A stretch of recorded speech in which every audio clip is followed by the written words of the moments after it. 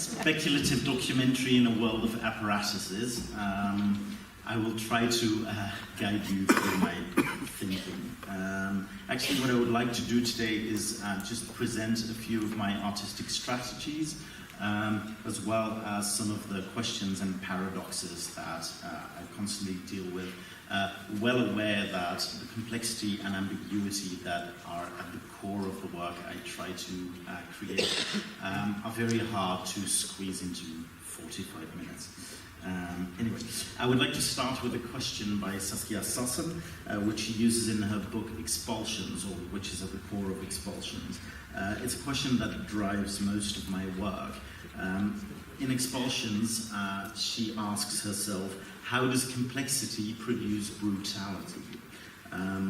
Expulsions is a book in which she explains how complex processes and increasingly technological processes produce waste. And she talks about different kinds of waste, whether that be plastic waste, organic waste, and even what is sometimes referred to as wasted lives. So she asks herself, how does complexity produce brutality? And she says somewhere in the book, our advanced political economies have created a world where complexity too often tends to produce elementary brutalities. And later on she remarks, the oppressor is increasingly a complex system that combines persons, networks, and machines with no obvious center. And I was very much struck by this description because it somehow relates to a notion that is very much central in the works that I will present today, which is the notion of the apparatus. I don't know if anybody of you has ever heard of the apparatus. It's the word, I think in French it's translated as dispositif.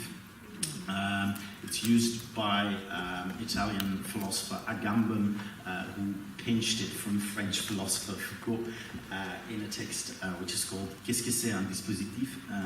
What is an apparatus? I will quickly summarize the notion. I know this first half is going to be like slightly theoretical, but then later on I will try to apply it to my own work. But I think it's important to explain it. To really summarize it very briefly, I think Agamben would kill me for this, but I will try. Agamben basically in his text, he divides beings into two large groups or classes. On the one hand, you have the living beings, which is basically all of us, I hope.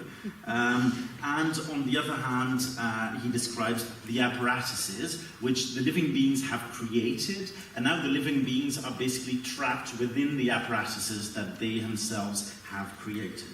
And the apparatuses now try to capture, govern, dominate, etc.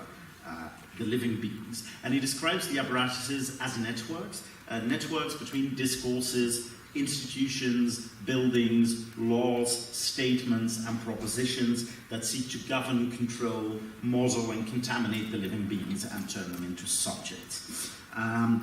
Such apparatuses can be universities, for example, it can be the theatre, for example, but also schools, prisons, computers, cigarettes, agriculture, philosophy, etc. He usually gives the example, let's see if I can find it, of the mobile phone.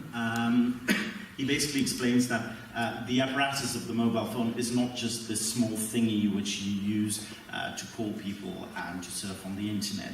The apparatus is basically the network that connects the new headquarters of Apple. I don't know if anybody of you has seen the UFO-shaped architecture. The new headquarters of Apple connects with the cobalt mines in the Congo, where children mine for minerals to go into this machine. Connects with the different types of cancer that you might suffer from due to the radiation of this little device. Connects with the way this little device has influenced the way we speak with our beloved ones when we're sitting at the dinner table and texting for work or whatever.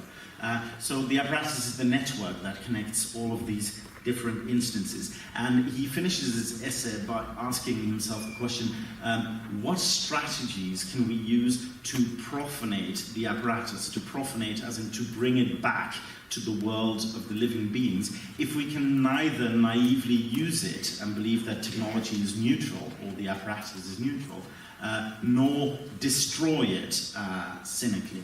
So what strategies can we use to profanate?